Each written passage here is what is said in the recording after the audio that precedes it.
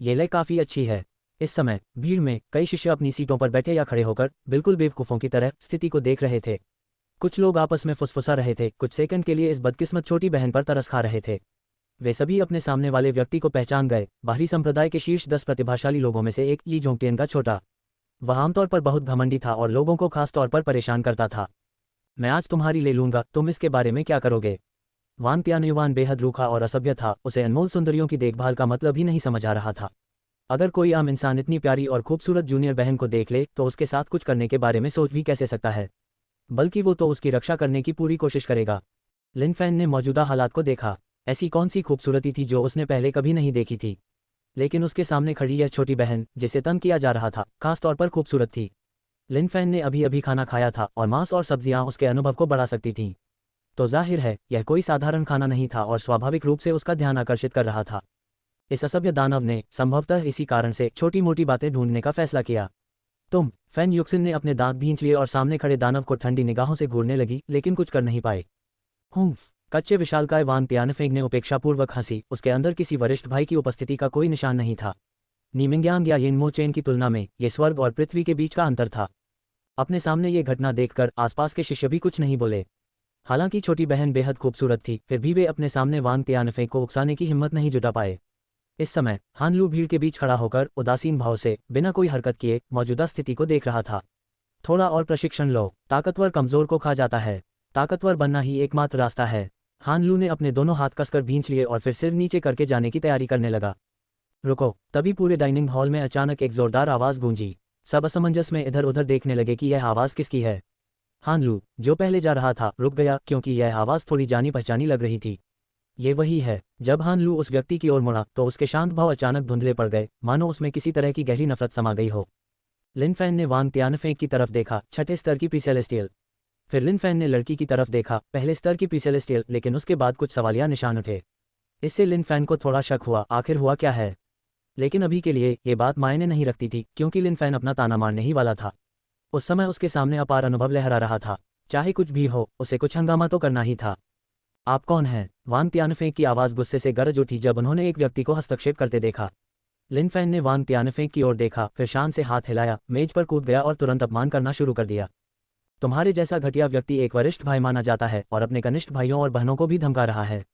मुझे तुम पर शर्म आती है, बेकार बेकार मूर्ख। लिन फैन ने अंतहीन रूप से कहा, सभी प्रकार के रंगीन अपमानजनक शब्दों का उपयोग करते हुए आसपास के बाहरी संप्रदाय के शिष्यों को आश्चर्यचकित कर दिया और उन्हें अचंभित कर दिया। जहां तक पहले से क्रोधित फैन युक्सिन की बात है तो उसके मुंह के कोनों पर अनजाने में एक हल्की मुस्कान आ गई। हा, लिन फैन को वान तियानफेंग की नाक की ओर इशारा करते हुए अपमानित करते हुए सुनकर आसपास के बाहरी संप्रदाय के सभी अनुयायी हंसने लगे। लेकिन जब वे हंसे तो लिन फैन उन पर भड़क उठा। तुम किस बात पर हंस रहे हो? तुम में से हर एक पूरा कूड़ा है। एक आदमी होने के नाते तुम बस खड़े होकर देखते हो कि एक कमजोर जूनियर बहन को इस तरह के नीच गंदे छोटे बदमाश द्वारा धमकाया जा रहा है। मुझे तुम सबके लिए शर्मिंदगी महसूस हो रही है। तुम क्या देख रहे हो? मेरी बात पसंद नहीं आ रही? अगर हिम्मत है तो आओ मुझे मारो। लिन फैन ने आसपास के भाइयों की ओर इशारा किया और डांटा। यिनमो चेन, जो लिन फैन की बातें सुनकर अभी अभी दौड़कर आया था, इतना डर गया कि उसका चेहरा पीला पड़ गया। छोटे भाई, तुम अपने लिए इतनी मुश्किलें क्यों खड़ी कर रहे हो? तुमने तो सबको नाराज कर दिया, अब तुम्हारा बड़ा भाई भी तुम्हें नहीं बचा सकता। नहीं, मुझे जल्दी से बड़े भाई नी को खबर करनी होगी, वरना बात बहुत बिगड़ जाएगी। यिनमो चेन ने बिना कुछ सोचे समझे तुरंत बाहर की ओर दौड़ लगा दी। इस समय यिनमो चेन बस यही चाह रहा था कि काश उसके पैर और बढ़ जाएं ताकि वह और तेज दौड़ सके। ...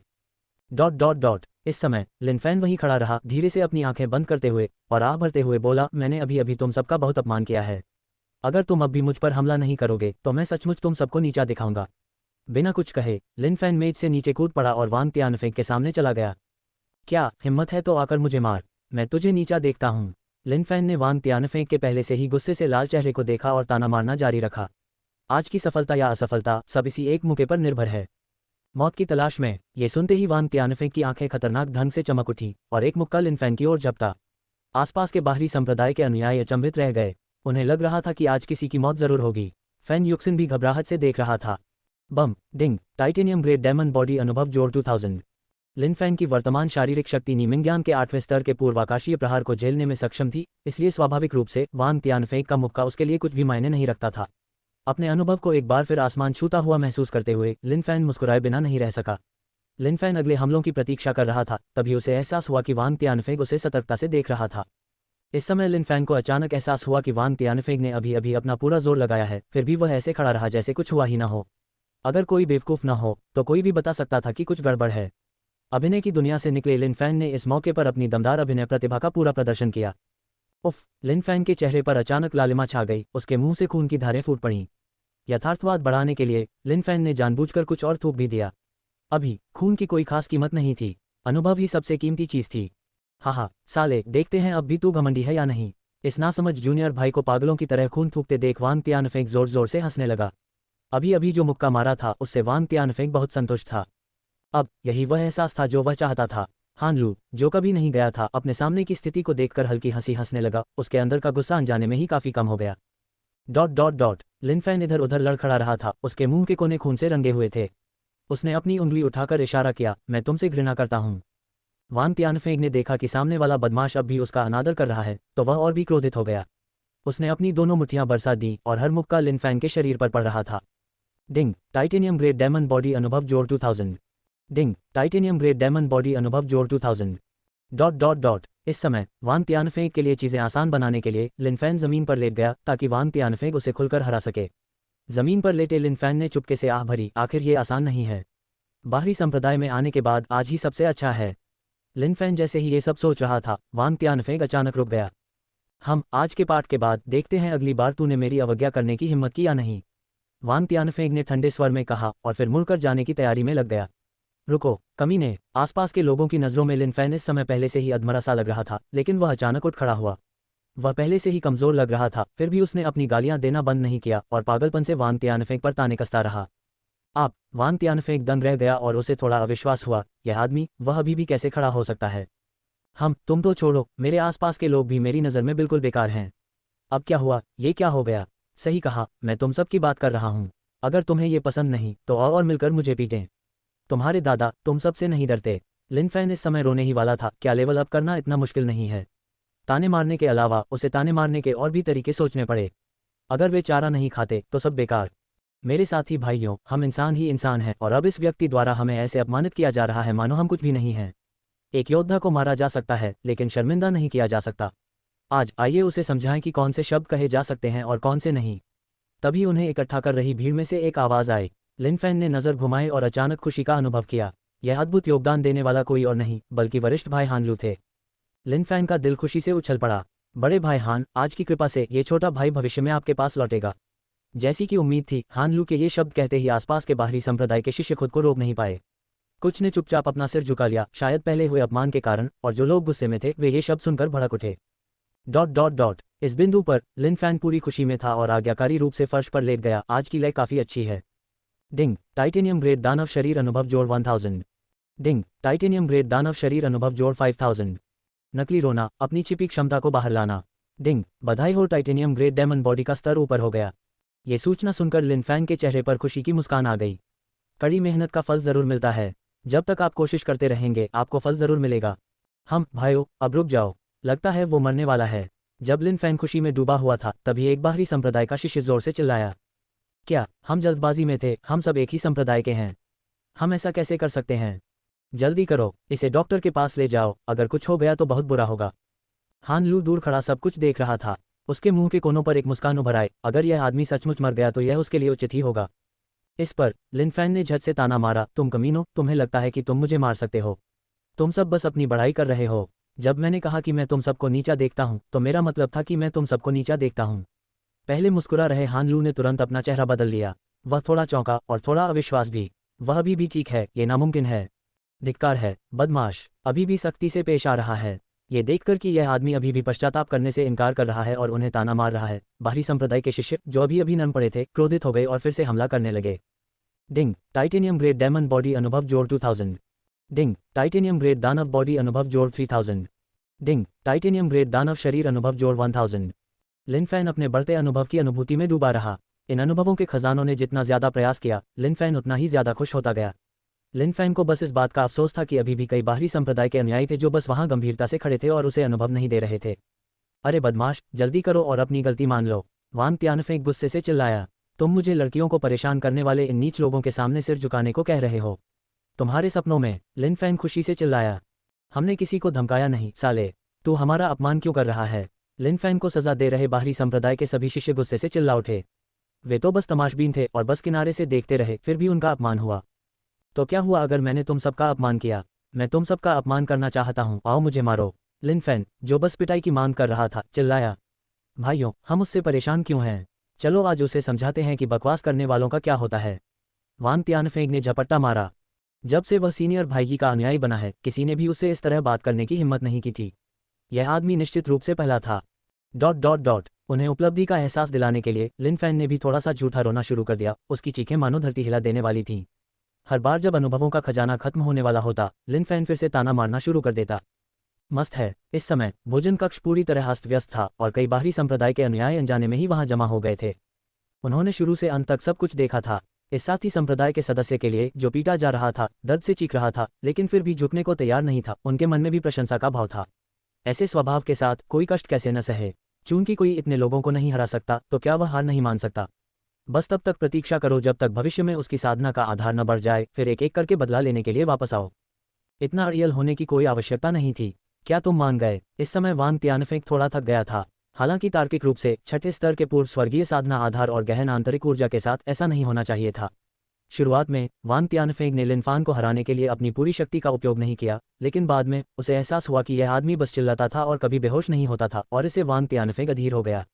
इसलिए बाद में वांग तियानफेंग ने अपनी पूरी शक्ति लगानी शुरू कर दी। मेरी गांड मान लो, मैं लिन फैन न आसमान मानता हूँ न जमीन, और अगर तुम कमीने मुझे पीट पीट कर मार भी डालो तब भी मैं नहीं मानूंगा। लिन फैन ने जवाब दिया। तुम? वांग तियानफेंग ने लिन फैन की ओर इशारा करते हुए अपनी सांस रोक ली, समझ नहीं पा रहा था कि क्या कहे। क्या यह आदमी शायद लोहे का बना है? डिंग, टाइटेनियम ग्रेड दानव बॉडी अनुभव जोड़ 800। डिंग, टाइटेनियम ग्रेड दानव शरीर अनुभव जोड़ 600। लिन फैन चौंका, ये क्या हो रहा है? अनुभव इतना कम कैसे है? फिर लिन फैन ने इधर उधर देखा और पाया कि बाहरी संप्रदाय के ये शिष्य जो उसे पीट रहे थे, उनके चेहरे लाल हो गए थे, मानो वे सब बहुत थके हुए हों। पेंच कसना, लिन फैन अब खुद से बाहर था। ये लोग, शायद ये सब जल्दी खत्म करने वाले हैं। हम अभी इस मुकाम पर पहुंचे हैं और ये लगभग खत्म हो चुके हैं। नहीं, मुझे थोड़ा और दर्द से चीखना होगा और उनकी छिपी हुई क्षमता को जगाना होगा। अगर यह अनुभव इतनी धीमी गति से बढ़ता रहा तो मुझे आगे बढ़ने में सालों लग जाएंगे। ओह, बहुत दर्द हो रहा है, मैं मरने वाला हूँ। तुम गंवारों, मैं तुम सबके सामने कभी अपना सिर नहीं झुकाऊंगा।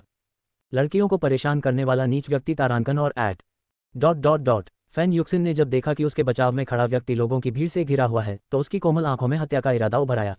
जैसे ही वह कुछ बोलने वाली थी, फैन युक्सिन की आंखों के कोने बाहर की ओर मुड़ गए। रुको, छोटे भाई यिन मो चेन की बात सुनकर नी मिंगयांग एक पल के लिए चौंका, फिर तुरंत दौड़कर वहां पहुंचा। ये छोटा भाई लिन वाकई बिल्कुल निडर है, जिसे चाहे गुस्सा दिला सकता है। संप्रदाय के अंदर आमतौर पर शांति रहती थी, लेकिन झगड़े अभी भी बहुत जोरदार थे और जरा सी भी चूक किसी को भी बचा नहीं सकती थी। 8वें दर्जे के एक दिव्य प्राणी नी मिंगयांग ने लिन फैन के आसपास के सभी लोगों को तुरंत एक तरफ धकेल दिया। उसके एक हाथ में मानो असीम शक्ति हो। वांग तियानफेंग, तुम क्या कर रहे हो? नी मिंगयांग ने वांग तियानफेंग को घूरते हुए पूछा। यिनमो चेन जल्दी से आगे बढ़े और गिरे हुए लिन फैन को सहारा देकर उठाया और फिर घबराहट में उसे संभालने लगे। छोटे भाई लिन, तुम्हें रुकना होगा। इस पल लिन फैन एकदम हक्का बक्का रह गया। क्या हुआ? सब कुछ इतनी आसानी से चल रहा था, फिर ये सब तितर बितर क्यों हो गए? छोटे भाई लिन, सब ठीक है, बड़े भाई नी यहाँ हैं। जब यिनमो चेन ने छोटे भाई लिन का मूर्खतापूर्ण रूप देखा तो उसने सोचा कि छोटे भाई लिन इन लोगों के समूह से बहुत डर गए होंगे और तुरंत उन्हें दिलासा दिया। लिन फैन ने यिनमो चेन को घूरते हुए कहा, अगर नजरें जानलेवा होती तो यिनमो चेन हजारों बार पहले ही मर चुका होता। यह एक धोखा था। इतने सारे ताने मारने के बाद भी इसका आधा असर ही सामने आया। लिन फैन को खून से लथपथ पड़े हुए देखकर यिनमो चेन ने तुरंत आसपास के बाहरी संप्रदाय के अनुयायियों पर गुस्से से चिल्लाया, एक ही संप्रदाय के सदस्य होने के बावजूद तुम इतने क्रूर कैसे हो सकते हो? क्या तुम्हारा किसी संप्रदाय से कोई संबंध नहीं है? इस बिंदु पर जो साथी भाई लिन फैन को पीट रहे थे, उन्होंने जमीन पर खून की ओर देखा और अपने होश में आए, फिर शर्म से अपने सिर नीचे कर लिए।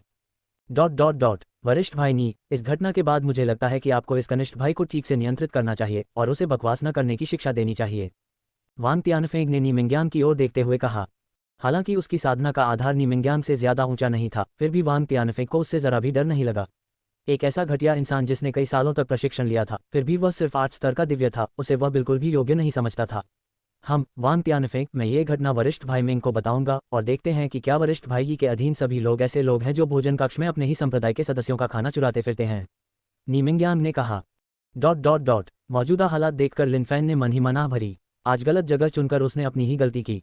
अगली बार उसे इस सबक से सबक लेना चाहिए और आज की तरह बेवजह कोई जगह नहीं चुननी चाहिए, वरना उसकी सारी ज़बानी कोशिशें बेकार हो जाएंगी। बड़े भाई, मुझे थोड़ी कमजोरी महसूस हो रही है। मैं वापस जाकर आराम करना चाहता हूँ। लिन फैंग को भी तकलीफ हुई, उसका दिल दर्द से डूब गया। छोटे भाई रुको, मैं अभी तुम्हारी मदद करता हूँ, यिनमो चेन ने जल्दी से कहा। नीमिंग्यांग ने वांग तियानफेंग की ओर देखा, ये जानते हुए कि इस स्थिति का समाधान नहीं हो सकता, और छोटे भाई लिन की सहायता करते हुए ठंडी आह भरी और वहां से चला गया। फैन युक्सिन भीड़ के बीच खड़ा रहा और फिर चुपचाप वहां से चला गया।